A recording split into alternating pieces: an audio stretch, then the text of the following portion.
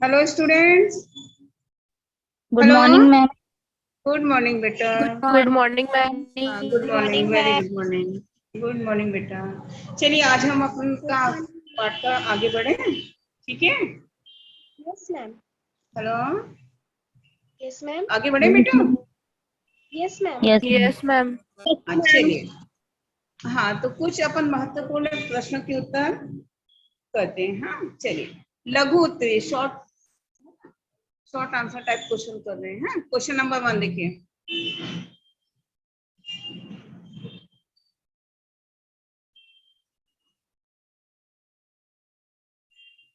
हाँ, question number 1 देखिए। स्वर मालिकाएं किसे कहते हैं? है ना, स्वर मालिकाएं किसे कहते हैं? इसका आंसर है स्वरों की क्रमबद्ध समूह को स्वर मालिकाएं कहते हैं। ठीक है, स्वर मालिकाएं किसे कहते हैं? जिसमें क्या होता है, स्वरों को क्रमबद्ध समूह के रूप में क्या कहते हैं, उसको दर्शाया जाता है। हेलो एक मिनट, हाँ हो गया। हाँ, स्वरों के क्रमबद्ध समूह को स्वर मालिकाएं कहते हैं। स्वर मालिका में बोल यानी शब्द नहीं होते हैं। ओके, ये ऑब्जेक्टिव टाइप के क्वेश्चन है बेटा। हाँ, जल्दी से जुड़ जाओ बेटा, आगे बढ़े। क्वेश्चन नंबर 2 देखिए। ध्वनि मुद्रिका क्या है? ध्वनि मुद्रिका, ध्वनि शब्द मतलब आवाज है ना, तो स्वलिपि को ध्वनि मुद्रिका कहते हैं। ध्वनि मुद्रिका किसे कहते हैं? स्वर लिपि को क्या कहते हैं? ध्वनि मुद्रिका कहते हैं। ठीक है, क्वेश्चन नंबर 3 है, शास्त्रीय गायकी से क्या तात्पर्य है? शास्त्रीय गान आप लोग जानते हो ना, जिस गायन में कुछ निर्धारित नियमों के अंदर ही गाया बजाया जाता है उसे शास्त्रीय गायकी कहते हैं। ठीक है, शास्त्रीय गायकी और सुगम संगीत ये दोनों में क्या है, काफी जमीन आसमान का अंतर है ना। तो सुगम संगीत और शास्त्रीय संगीत में काफी अंतर है। हाँ, जैसे सुगम संगीत में आप लोग है उसमें निर्मलता कोमलता, मतलब उनको जो लता मंगेशकर के गाने हैं सुगम यानी एकदम आसान है, हर कोई उसको समझ जाता है ना। लेकिन शास्त्रीय गान में क्या होता है, इसमें कुछ बातों का विशेष ध्यान रखना पड़ता है, जैसे ख्याल, ध्रुपद, घमार आदि क्या है, शास्त्रीय गायकी के अंतर्गत आते हैं और इन बात का ध्यान रखना पड़ता है। ठीक है, सम मालकोस की क्या विशेषता है? सॉरी, राग मालकोस की क्या विशेषता है? ठीक है, भैरवी थाट का राग है। जो शास्त्रीय संगीत जानते हैं ना उन लोगों को ये अच्छी तरह से मालूम है कि क्या है, ये भैरवी थाट का राग है। अपन इतना नहीं जानते ना बेटा शास्त्रीय संगीत के बारे में, है ना। तो शास्त्रीय संगीत जानने के लिए हमें उसके बारे में क्या है, डीपली जानना पड़ेगा, है ना। तो शास्त्रीय संगीत क्या होता है, ये क्या है, राग मालकोस क्या है, एक भैरवी थाट का राग है। क्या है ये? भैरवी थाट का राग है, जिसमें रे और मा वर्जित रहते हैं, यानी जो स्वर रे और पा, नहीं हाँ रे और पा ये दोनों का क्या है, स्वर का इस्तेमाल नहीं होता है। ठीक है, इसमें सारे स्वर कैसे रहते हैं, कोमल लगते हैं। यह गंभीर प्रकृति का लोकप्रिय राग है। ठीक है, राग मालकोस क्या है, एक गंभीर प्रकृति का यानी एक ये गंभीर शास्त्रीय गान है। ठीक है, उसके बाद है क्वेश्चन नंबर 5, ताल मिताल की क्या विशेषता है ना। तो वहां ये क्या है, ताल मिताल क्या होता है, यह 16 मात्राओं का ताल होता है। इसमें मात्राएं कितनी होती है, 16 मात्राओं का ये ताल होता है।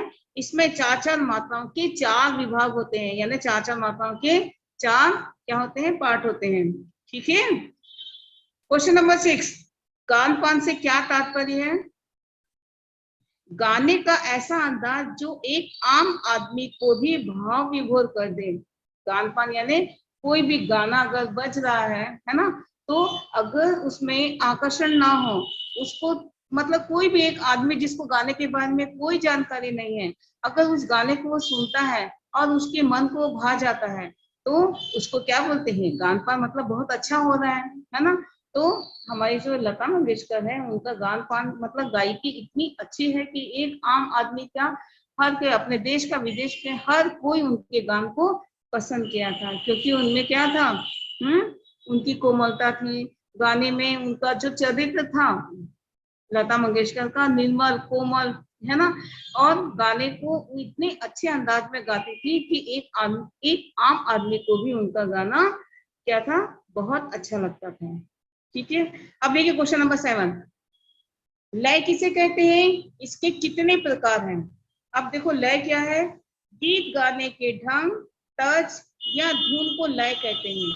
लय किसे कहा जाता है, गीत गाने के ढंग, है ना, धुन को, तर्ज को, ये सब क्या है, ये हम लय कहते हैं। इसमें क्या है, 3 पार्ट्स होते हैं, 3 भाग होते हैं।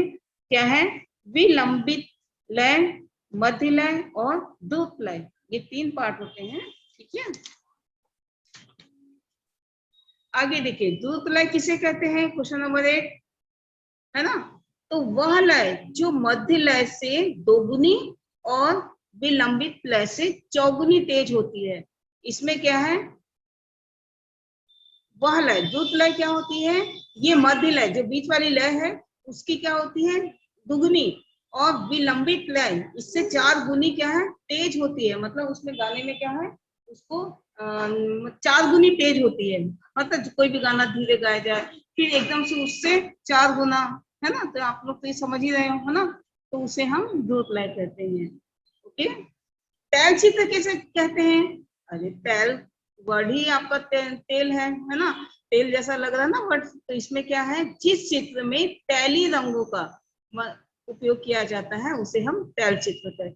तैल चित्र किसे कहते हैं, जिस चित्र में क्या हो, तैली रंगों का प्रयोग किया जाता है उसे तैल चित्र कहते हैं। ठीक है, इतना समझ में आया आप लोगों को बेटा, समझ में आ रहा है। Yes hello, ma'am. Yes ma'am. Yes ma'am. बस आप लोग सुनते जाइए, इसके क्वेश्चंस वगैरह मैं व्हाट्सएप में भेज दूंगी। ओके, अब देखिए यस मैम। आपके लॉन्ग टाइप क्वेश्चन देखिए, है ना, लेखक ने लता को चित्रपट संगीत की अनभिव्यक्त, सॉरी है, अनभिषिक्त साम्राज्ञी किसे क्यों कहा है ना, लेखक ने लता को चित्रपट संगीत, चित्रपट यानी अरे फिल्मी गाने, है ना, लेखक ने लता को चित्रपट संगीत की अनभिषिक्त साम्राज्ञी क्यों कहा है। अब देखिए इसका आंसर, लेखक के अनुसार लता मंगेशकर चित्रपट संगीत की सर्वश्रेष्ठ गायिका है। इसके पहले नूरजहां निश्चय ही अन्य पार्श्व गायिकाओं में बहुत ही आगे थी। यदि ऐसा कहा जाए कि उन्हीं का सिक्का चलता था तो अतिशयोक्ति न होगी, परंतु लता विगत 50 वर्षों से अनविरत गाने गाए जा रही है, वह भी उसी सुर ताल में। लता के स्वर में गजब का माधुर्य, निर्मलता एवं आकर्षण है। इस दौरान भी एक से बढ़कर एक पार्श्व गायिकाओं का आगमन हुआ, उनमें भी गायकी प्रतिभा की कमी नहीं थी, परंतु लता का गान पान विलक्षण है। लता को शास्त्रीय संगीत की भी उन्नत समझ है। उनका स्वर तो सरस्वती के वरदान स्वरूप है। उनकी सुरीली गायकी श्रोताओं के मन को मोह लेती है। इस उनके गाने को सुनकर देश के न केवल अन्य गायकों के अपितु आम जन में भी संगीत के प्रति रुचि बढ़ी है। लेखक का मानना है कि लता जैसी गायक गायिकाएं शताब्दी में एक ही होती हैं। ठीक है, जो लता मंगेशकर को उनका क्या था, जो लता मंगेशकर का जो सुगम संगीत हो चाहे वो शास्त्रीय संगीत हो, उसमें वो क्या थी, सर्वश्रेष्ठ गायिकाएं थी। उनकी जोड़ का कोई भी आज तक नहीं हुआ है, इतना अच्छा वो गाती थी। और उस समय क्या था, पहले नूरजहां और भी बहुत सारी गायिकाएं, पार्श्व गायिका यानी पर्दे के पीछे गाने वाली गायिका, तो इनके गाने भी क्या थे, एक से बढ़कर एक थे, लोगों ने बहुत पसंद किया। लेकिन जैसे ही लता मंगेशकर ने गाना शुरू किया तो लोगों ने इन सब गायक गायिकाओं से भी मतलब आगे बढ़कर उनके गाने को पसंद किया, क्योंकि उनके गाने में क्या था, एक माधुर्य था, निर्मलता थी, आकर्षण था। उनका जैसे लता मंगेशकर जी का जैसा चरित्र था, कोमल निर्मल, वैसे ही उनके गाने में भी वो सब झलकता था। ठीक है, समझ में आ रहा है। लेकिन अब देखो इस दौरान भी एक से बढ़कर एक गायिकाएं हुई, लेकिन किसको लोगों ने ज्यादा पसंद किया? लता मंगेशकर को। उसका रीजन यही था कि गाने उनके इतने निर्मल, इतने कोमल, मतलब इतने आकर्षक रहते थे कि हर किसी को, एक आम जनता जिसको गाने का भी कोई जानकारी नहीं थी, लेकिन उनके गाने को लोगों ने पसंद किया था। ठीक है, यही सबसे बड़ा कारण था। ठीक है, चाहे तो वो शास्त्रीय संगीत हो, चाहे वो सुगम संगीत हो, हर क्षेत्र में लता मंगेशकर को काफी मतलब बारीकी से ज्ञान था उनको। ठीक है, ऐसा प्रतीत होता था कि जैसे सरस्वती माँ का उनको आशीर्वाद मिला हुआ हो, है ना। ठीक है, और लेखक ने उनकी इतनी अधिक तारीफ की कि उन्होंने कहा कि ऐसी गायिका शताब्दी में एक ही है ना, क्योंकि मतलब उनके बराबरी करने वाला अभी तक कोई हुआ नहीं है। एक से बढ़कर एक आई है, लेकिन सर्वश्रेष्ठ गायिका लता मंगेशकर ही है ना। और इसीलिए उनको भारत क्या है, भारत कोकिला के नाम से भी उनको क्या सम्मानित किया गया था, मालूम है ना। आगे बढ़े, यस समझ मैम। में आ गया बेटा। अब देखिए yes long ma'am. Answer, long question type question है ना, लॉन्ग वाले, इसमें अपना फर्स्ट हो गया। अब सेकंड देखिए, लता की लोकप्रियता का प्रमुख कारण क्या है? हाँ, अब देखिए इसका, लता के स्वर में साक्षात सरस्वती बसती है। कोमलता, निर्मलता, सुरीलापन के साथ शास्त्रीय एवं सुगम संगीत की अद्भुत समझ एवं गानपान में समन्वय लता की लोकप्रियता का मूलाधार है। माधुर्य एवं मुग्धता से परिपूर्ण उनके गानपान से संगीत परिष्कृत ही नहीं हुई, बल्कि अन्य गायक गायिकाओं के साथ सामान्य जन के हृदय में भी संगीत के प्रति रुचि वर्धन सह प्रेरणा का कार्य कर रही है। 50 से भी अधिक साल से उसी सुर ताल में अनवरत लता के गीत नृत्य का श्रोताओं का रसास्वादन कर सुअवसर भी लता की लोकप्रियता का एक प्रभावी कारण है। मतलब उनकी जो लोकप्रियता का क्या कारण है, एक तो वही था कि उनका जिस प्रकार से उनका निर्मल चरित्र, इतना सरल चरित्र था लता मंगेशकर का, तो उनके गाने में उनका जो जैसा उनके संस्कार होते हैं, उनकी चरित्र जैसा होता है, उनका क्या है, उसकी झलक क्या है उनके गानों में पता चल ही जाता है ना। ठीक है, तो उनका स्वभाव इतना निर्मल, इतना कोमल, इतना अच्छा था कि वो सब झलकता था उनके गानों में। ठीक है, चाहे वो शास्त्रीय संगीत हो, चाहे वो सुगम संगीत हो, उन्होंने क्या किया, 50 साल से भी ज्यादा समय हो गया है उसी स्वर ताल में उन्होंने गाया है, और पहले से जितना अच्छा गाती थी वैसा अभी भी उतना ही अच्छा वो लगातार गाती आ रही है। ठीक है, और यही क्या है, लोगों की लोकप्रियता का, मतलब लता जी की लोकप्रियता का प्रमुख कारण है। ठीक है, हेलो, समझ में आया? हेलो, अरे यस तो मैम। आंसर नहीं देते हो बेटा, बोलना चाहिए ना। समझ में आ रहा है तो बोलो, नहीं आ रहा है तो बोलिए। कुछ नहीं बोलते, चुप लगा के सो जाते हो क्या आप लोग? हाँ, तुरंत जवाब देना चाहिए ना। आगे देखिए, आगे बढ़े। Hello, yes ma'am. हाँ यस देखिए, मैम। कल सैटरडे को आप लोग का टेस्ट होगा हिंदी यस का, मैम। मालूम है ना, है यस ना। मैम। हाँ, तो आप लोग क्या यस मैम। करोगे, इसके पहले वाला चैप्टर है ना, 2.5 साल यस का मैम। अपू के 2.5 साल है ना, वो वाला आप चैप्टर अच्छे से पढ़ के आइएगा। लता जी का भी मैं नहीं लूंगी, क्योंकि अभी थोड़ा सा कंप्लीट तो खैर कल हो जाएगा, तो दोनों चैप्टर का ले लूं मैं आप लोग से। चलिए दोनों चैप्टर का लेती हूँ। ठीक है, यस आप मैम। लोग यस अच्छे से मैम। तैयारी करेंगे तो सैटरडे को एग्जाम होगा, सॉरी टेस्ट लूंगी मैं। हाँ, ठीक है, यस मैम। आगे बढ़ते हैं अपन, है यस ना। मैम। चलिए, हाँ चलिए आगे देखिए, क्वेश्चन नंबर 3, शास्त्रीय संगीत और चित्रपट संगीत में क्या अंतर है? शास्त्रीय संगीत के ताल में गंभीरता होती है, जिसके ताल शास्त्र शुद्ध और परिपक्व होते हैं। आघात और लय का भी अधिक महत्व दिया जाता है ना। शास्त्रीय संगीत में क्या रहता है, इसमें ताल की गंभीरता रहती है। शास्त्रीय संगीत क्या है, हर कोई नहीं गा सकता है। ठीक है, शास्त्रीय संगीत में क्या रहती है, ताल की गंभीरता होती है। ठीक है, इसमें जो ताल होते हैं काफी शुद्ध और परिपक्व होते हैं, जिसमें आघात यानी चोट, है ना, और लय का क्या है, बहुत अधिक ध्यान दिया जाता है शास्त्रीय संगीत में। ठीक है, लेकिन चित्रपट संगीत में प्राथमिक अवस्था में ही तालों का प्रयोग होता है। क्या होता है, प्राथमिक अवस्था में ही तालों का क्या है, प्रयोग होता है, तथा इसमें ताल अर्ध, सुगम और लोचदार होते हैं। चित्रपट संगीत में सुलभता, लोचकता, रंजकता का अधिक बल दिया जाता है। यानी सुगम संगीत में क्या है, आपका जो सुर ताल होता है ना, उसका ज्यादा ध्यान रखते हैं, है ना।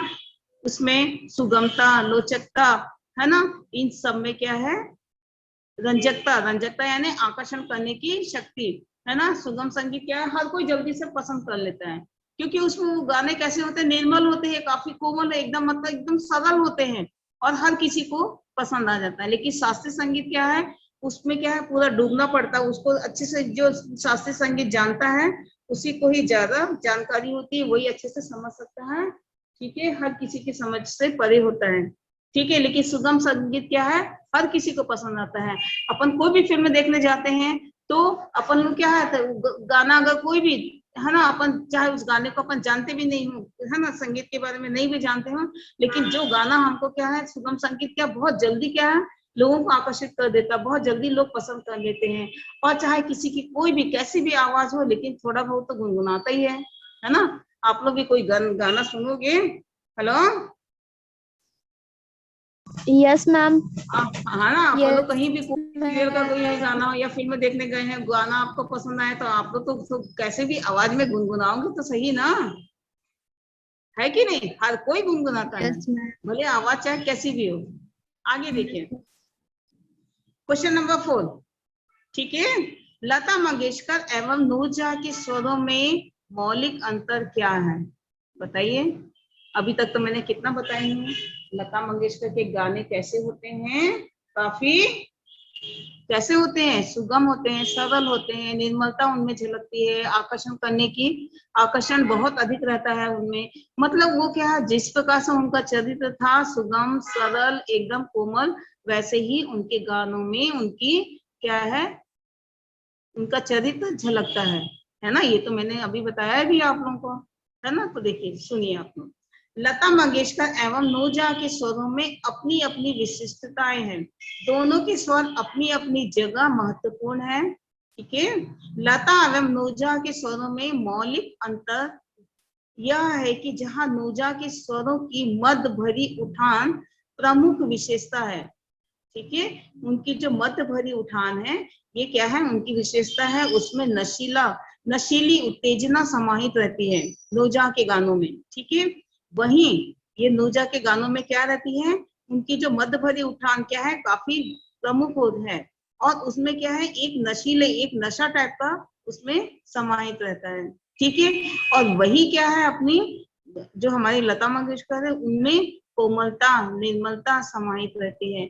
माधुर्य, मुग्धता लता के स्वर की विशिष्टता है। वास्तव में लता के चरित्र की कोमलता एवं पवित्रता की झलक उनके स्वरों में समाहित होती है। आप कोई भी गाना, किसी भी गायक या गायिका का अपन गाना सुनते हैं, तो उनके गाने किस तरीके, जैसे आप अनूप जलोटा का देते हैं, है ना। अनूप जलोटा के गाने आप सुनेंगे तो उनके क्या है, जैसे उनके गाने क्या होते हैं, धार्मिक गाने होते हैं, है ना।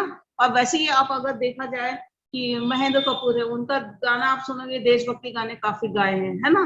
तो उनमें उनका जो चरित्र रहता है, उनकी जो भावनाएं होती है, उनके गानों में आप आराम से उनका क्या झलकता है। ठीक है, अब देखिए, आगे देखिए, जो लता मंगेशकर और नूरजहां के गानों में क्या अंतर था।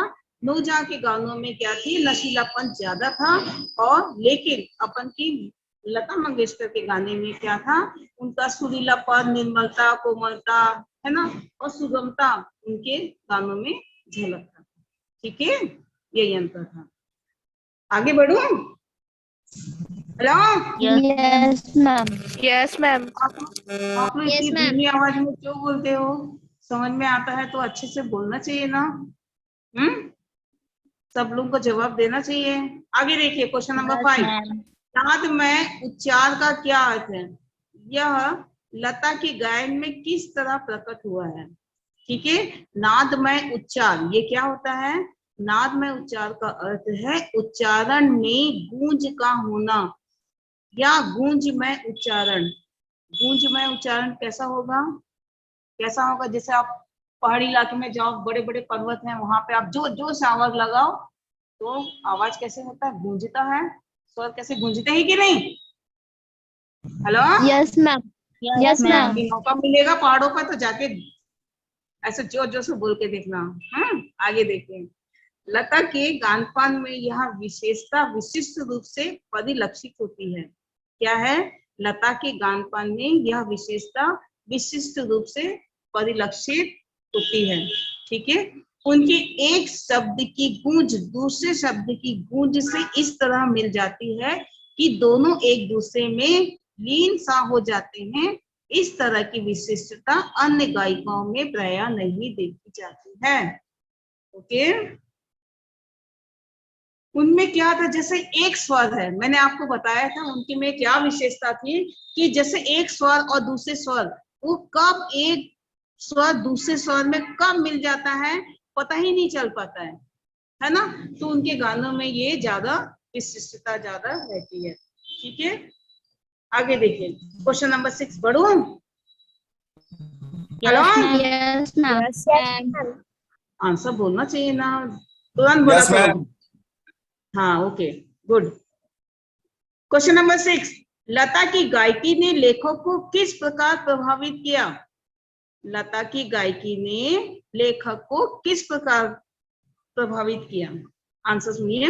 संगीत से ताल्लुक रखने के कारण लेखक का रेडियो पर प्रसारण संगीत से संबंधित कार्यक्रमों में रुचि होना स्वाभाविक था। वो पहले क्या थे? पहले रेडियो वगैरह थे, पहले टेलीविजन कहाँ थे, है ना? तो रेडियो में हमारे जो लेखक हैं उन्होंने उनका गाना सुना। एक दिन लता की गायकी के प्रारंभिक दिनों में उन्होंने रेडियो का सुमधुर स्वर में लता की गायकी को सुना। वे सर्वथा लता से, यहाँ तक कि उनका नाम नहीं जानते थे, अनभिज्ञ थे, किंतु लता के गानों में इतनी मधुरता और मोहकता थी कि वे उनके गाने को मुग्ध भाव से सुनते ही रह गए। जब गाने के बाद गायकी के रूप में लता मंगेशकर बताया गया, तब उन्हें यह अनुमान लगाने में तनिक भी दिक्कत न हुई कि यह स्वर प्रसिद्ध गायक दीनानाथ मंगेशकर की बेटी का है। लेखक को लता के गानपान की मधुरता, कोमलता, निर्मलता, समाहित सुगमता के सहज गुणों से प्रभावित